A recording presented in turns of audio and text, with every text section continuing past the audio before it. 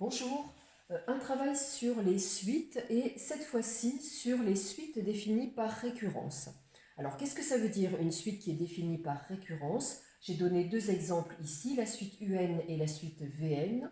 Eh bien, cela veut dire que ces suites vont être définies par la donnée du premier terme, donc U0 pour la suite U, V0 pour la suite V, et la donnée d'une relation qui va permettre de calculer un terme de la suite en fonction du terme précédent.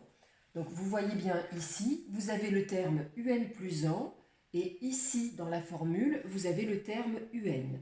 Je rappelle que une suite est une liste ordonnée de nombres. Donc souvent elle démarre à l'indice 0, mais ce n'est pas obligatoire. Donc vous avez U0, U1, U2, U3, etc.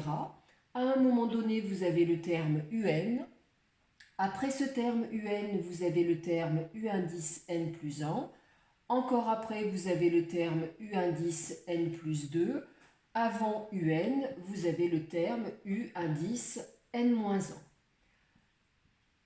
Voilà, donc une suite qui est définie par récurrence est une suite qui va être donnée par une relation reliant un terme à son précédent et parfois à deux de ses précédents ou trois de ses précédents. Donc là, je suis restée sur des suites qui sont telles qu'un terme est défini juste en fonction de son précédent. Si on regarde la suite VN, c'est pareil, donc on a la donnée du premier terme de la suite et la donnée d'une relation qui nous permet de calculer Vn plus 1 en allant chercher Vn et en venant retrancher moins n au carré plus 3, en sachant que ce n qui est là, c'est le n que vous trouvez ici. On va le voir dans les calculs.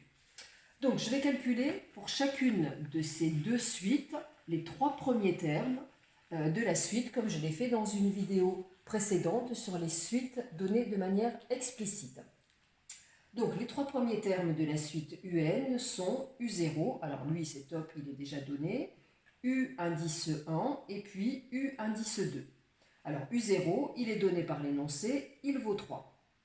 U indice 1, attention, alors j'ai deux façons de gérer la situation.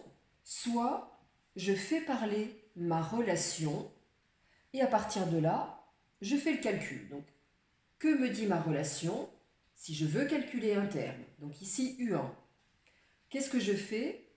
Je prends le précédent. Donc celui qui précède U1, c'est U0. Je le multiplie par 2. Donc là, je vais faire 2 multiplié par U0. Et puis, je viens enlever 1 au résultat. Ce qui va donc me donner 2 fois 3 moins 1. Et 2 fois 3 moins 1, cela fait 5. Autre façon de faire, pour quelqu'un qui n'est pas à l'aise avec, lorsqu'une relation est donnée mathématiquement, y mettre des mots remplaçant la relation. Eh bien, si vous n'êtes pas à l'aise avec ça, qu'est-ce que je vous conseille de faire? Eh bien, d'aller faire un peu un copier-coller de cette écriture-là. C'est-à-dire que U indice 1, eh bien, hop, vous allez le remplacer par U0 plus 1. Donc là, on a exactement la même chose que ça. On a bien le U, on a bien le plus 1. Et donc en fait, on voit bien que le N a été remplacé par 0. Ce qui veut dire que quand on va écrire ce qu'il y a après le égal, eh bien dès qu'on voit N, on le remplace par 0. Et donc ça va donner 2 fois U, UN, donc U0, moins 1. Et on retrouve bien évidemment la relation de tout à l'heure et le même calcul, donc 2 fois 3 moins 1, qui donne 5. Le calcul de U2, donc toujours pareil, deux façons de faire. On fait parler la formule. Pour calculer U2, il me faut le terme précédent. Le terme qui précède U2, c'est U1. Et donc, je vais faire 2 fois U1 moins 1. Si je ne suis pas à l'aise avec le fait de faire parler une formule, eh bien, je fais en sorte d'écrire ce U2 de la même façon que ça. Donc en fait, U2, eh ben 2 c'est 1 plus 1. Donc je me rends compte que là et là, j'ai exactement la même chose, à condition de remplacer n par 1. Donc, puisque n vaut 1, dès que je rencontre n, je le remplace par 1, et ça me fait donc 2 fois u1 moins 1, donc 2 fois 5 moins 1, ce qui donne 10 moins 1, et ce qui donne 9. Et ainsi de suite. Si vous avez regardé la vidéo concernant les suites définies de manière explicite, pour une suite définie de manière explicite, si le professeur nous demande de calculer U50, eh bien, on l'a tout de suite.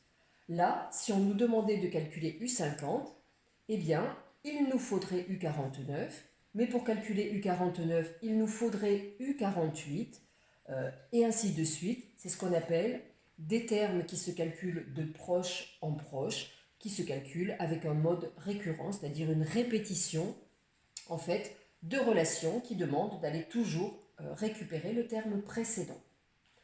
Je vais faire le travail sur la suite V.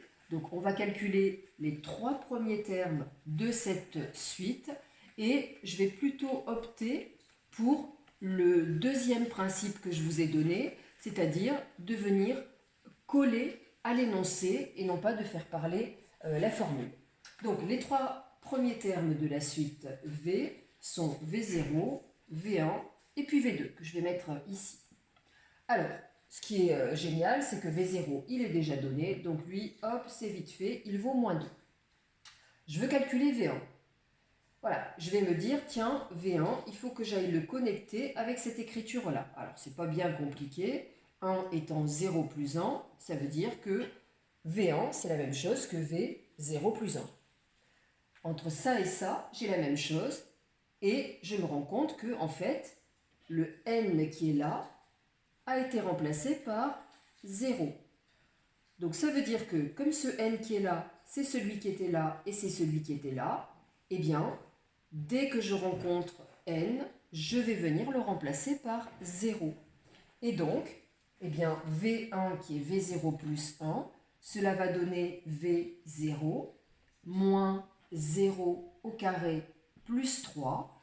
Et puis ensuite, on fait le calcul. Donc V0, c'était moins 2, moins 0 au carré, ça fait moins 0, plus 3, et cela donne donc 1. Je veux calculer V2, je vais aller connecter V2 à ce type d'écriture. Pour ce faire, il suffit tout simplement de me dire que 2, c'est 1 plus 1. Voilà, et donc que si je regarde cette écriture-là et celle-ci, eh bien, le n qui est là, il a été remplacé par 1. Donc, puisque ce n qui est là, c'est celui qui est là et c'est celui qui est là, eh bien, je viens remplacer ce n par le 1. Donc, ça va me donner V1 moins 1 au carré plus 3. Et puis ensuite, eh bien, je l'ai dit tout à l'heure, c'est une suite qui se calcule de proche en proche. J'ai à chaque fois besoin de connaître le terme précédent pour calculer le suivant. Et donc, V1, c'était égal à 1. Moins 1 au carré, ça fait 1. Plus 3. Et j'obtiens comme résultat, pour V2, 3. Voilà comment on calcule les termes d'une suite récurrente.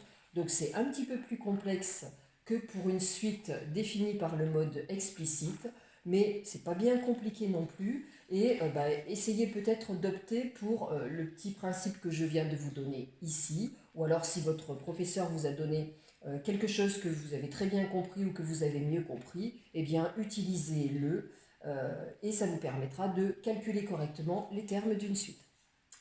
Voilà, donc je vous dis à très bientôt. Au revoir.